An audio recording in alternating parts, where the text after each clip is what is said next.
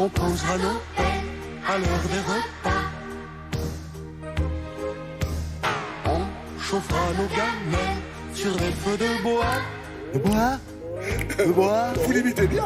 Non, mais tout le monde ici sur le studio s'est mis à chanter, à accompagner. Bah oui, parce que tous ces airs-là, on les connaît effectivement. Alors Fred nous fait toujours le plaisir de nous faire découvrir le visage de ceux qui sont à l'origine de ces tubes. Et il y en a des dizaines, je dirais presque des centaines de tubes. Jean-Pierre Lang, c'est 50 ans de tubes. Concernant Jean-Pierre Lang. Jean-Pierre Lang, c'est le monsieur qui se cache derrière Pierre Bachelet, qui s'est caché derrière les plus grands succès de Marcel Amont, de Nicole Croisy, de Carlos. Enfin bon. Le chapeau de Mireille.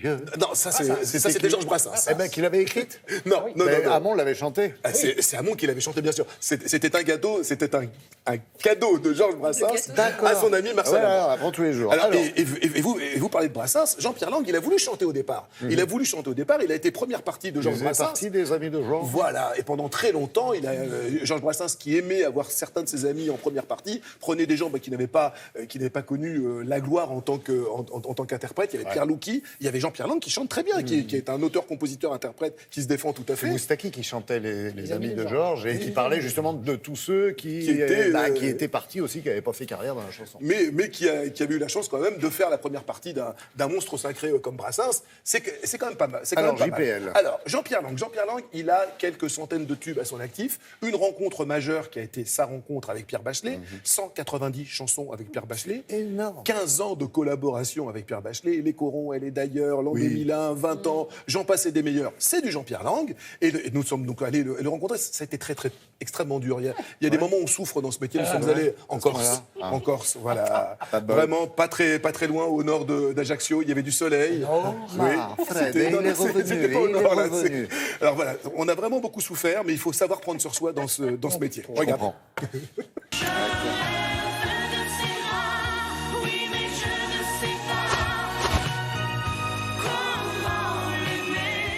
Je suis heureux quand j'entends un interprète pleinement épanoui avec une chanson que je lui ai écrite. En ce temps-là, j'avais 20 ans, sur la télé en noir et blanc. Et parfois, le chanteur lui-même m'ennuyait par son orgueil, par ceci ou par cela, mais sa voix, j'en étais amoureux.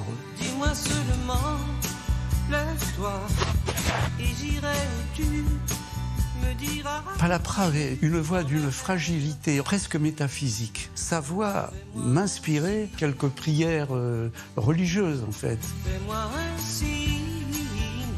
Et Fais-moi un signe, c'est l'histoire d'un homme qui est dans la solitude et qui espère que les dieux existent. Fais-moi un signe. Papayou, papayou. Ah, alors Papayou. Le compositeur Patrick Lemaître me dit tiens, j'ai fait une musique pour Carlos. Et donc, j'écris une énormité. Un jour, l'institutrice me dit mais que t'as grandi. Je lui dis sans malice, mais mon papayou il grandit lui aussi. Alors je téléphone à Carlos, il commence à se marrer au téléphone, je continue à chanter, il se marrait de plus en plus, etc. À la fin, il était mort de rire, il me dit je la veux tout de suite. Ma mère me disait, faut pas le montrer, ça ferait des jaloux dans le quartier. Parlez-moi, oui.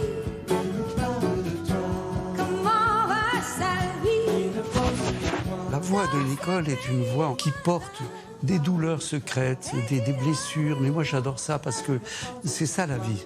Est-il vrai qu'il habite sur le port? Et donc, je pensais à cette femme qui aime un homme et puis qui lui, veut partir, il veut toujours être ailleurs. Bon. Et elle lui dit, mais si tu veux, pars. Parlez-moi de lui. Il nous parle de toi. A-t-il des amis? La chanson est devenue un gros succès. Et là encore, je suis content d'avoir servi une voix. Et quelle voix! Oh, parlez-moi de lui, dites-moi tout. Et moi, je suis tombé en esclavage de ce sourire, de ce visage. Jean-Pierre, Pierre Bachelet et vous? 14 ans de chansons, 190 chansons.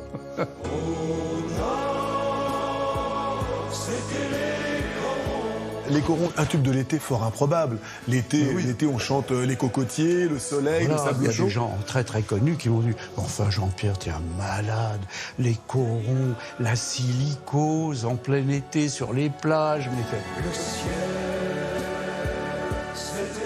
c'est une chanson d'amour. Le public, il a pris ça pour ce qu'elle est, une chanson d'amour.